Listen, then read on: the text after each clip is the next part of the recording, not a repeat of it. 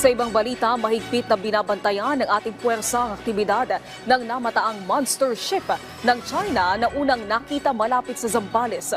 Pagtitiyak ng Philippine Coast Guard, titiyakin nilang ligtas ang mga Pilipinong mangingisda sa gitna ng iligal na presensya ng China sa ating teritoryo. Si Patrick De Jesus sa sentro ng balita. Patuloy na binabantayan ng idineploy na barko ng Philippine Coast Guard na BRP Cabra ang pananatili ng tinaguriang The Monster Ship ng China Coast Guard sa Exclusive Economic Zone ng Pilipinas. Unang nakumpirma ang presensya ng The Monster Ship sa tulong ng Dark Vessel Detection System ng Canada at mga idineploy na asset ng PCG mula pa noong Sabado. Pinalipad din ng caravan plane at islander ng PCG para sa aerial patrol at i-monitor ang anumang posibleng gawin na hakbang ng barko ng China gaya ng pababangga upang kaagad makaresponde ang ating panig. Sabi ng PCG, nasa 65 hanggang 70 nautical miles mula Zambales ang lokasyon ng The Monster Ship base sa ikalawang araw ng kanilang pagpapatrolya kahapon.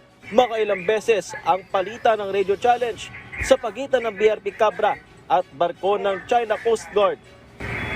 China firmly upholds its territorial, sovereignty, and maritime rights and interests in the South China Sea.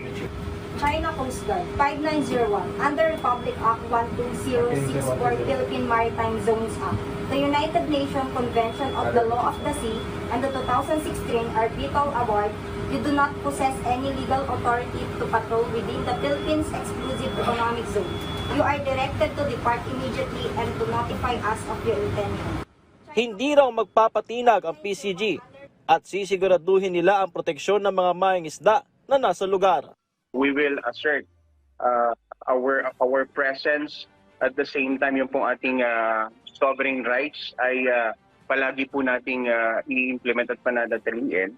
At ito pong kanilang illegal presence will definitely be deterred by our deployments po ng PCG.